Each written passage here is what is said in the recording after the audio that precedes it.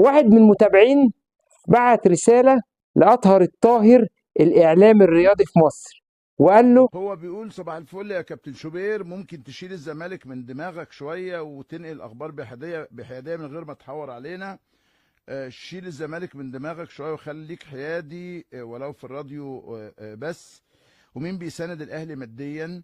لا بيحصل في الأهلي مشاكل، بس أنت متربص رد عليه أطهر الإعلام المصري وقال له كلها. أولا ما أقدرش أشيل الزمالك من دماغي لأن ده شغلي، فلازم أقول أخبار الزمالك وأخبار الأهلي وأخبار الإسماعيلي وأخبار الاتحاد واخبار الناس كلها.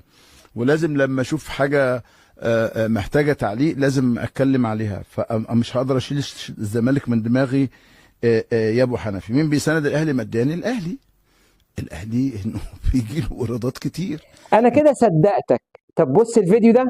انا عايز حضرتك تقول لي ان انا مستعد ان انا امول صفقات للنادي الاهلي من جديد، وان مشروع استاد النادي الاهلي ومدينه النادي الاهلي الرياضيه ما زال قائما يا سياده الوزير. هو احنا اطفال يا احمد؟ طيب يعني اذا مشروع مدينه الاهلي الرياضيه حجر الاساس. شكرا يا احمد. هنضع حجر الاساس بتاع مدينه الاهلي الرياضيه امتى يا فندم؟ لما يخصصوا لنا الارض.